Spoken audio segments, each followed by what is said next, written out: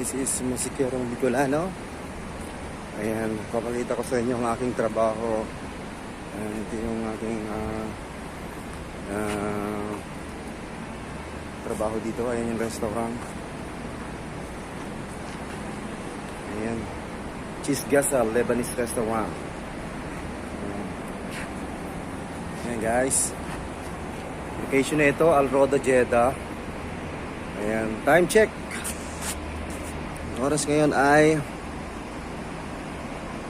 9:15 in the evening. Ayan, ito yung katabi naman namin, days. Yung basement to. Ayan, bukas mga kaibigan, invite ko kayo sa aking live. Tomorrow is my day off. Kaya pwede tayong magpaangat program tayo bukas at lapagan tayo ng link. Pwede ring kumanta sa gustong mag-guest. Ayan, maraming salamat. Ayan, napalik ulit si Musikerong Bicolano. Ayan, kaya ako nakapag-video ngayon kasi hindi masyadong busy. Ayan ang restaurant. Ayan, basement na yan. Sa first floor ay yan yung shisha, yung smoke ng mga Saudi. Sa second floor doon yung dine-in. Meron ding playground ng mga bata.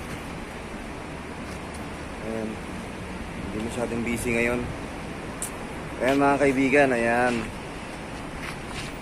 Ayan, katabi ng highway yung restaurant namin, Al Roda Restaurant. Ayan, ikot ko kayo. Ayan. So ba may nag-i-smoke. Ito, pakita ko naman sa inyo yung Days Furniture, tindahan ng mga appliances, mga furniture shop. Ayan, ito siya. Ayan, ayan, balik tayo.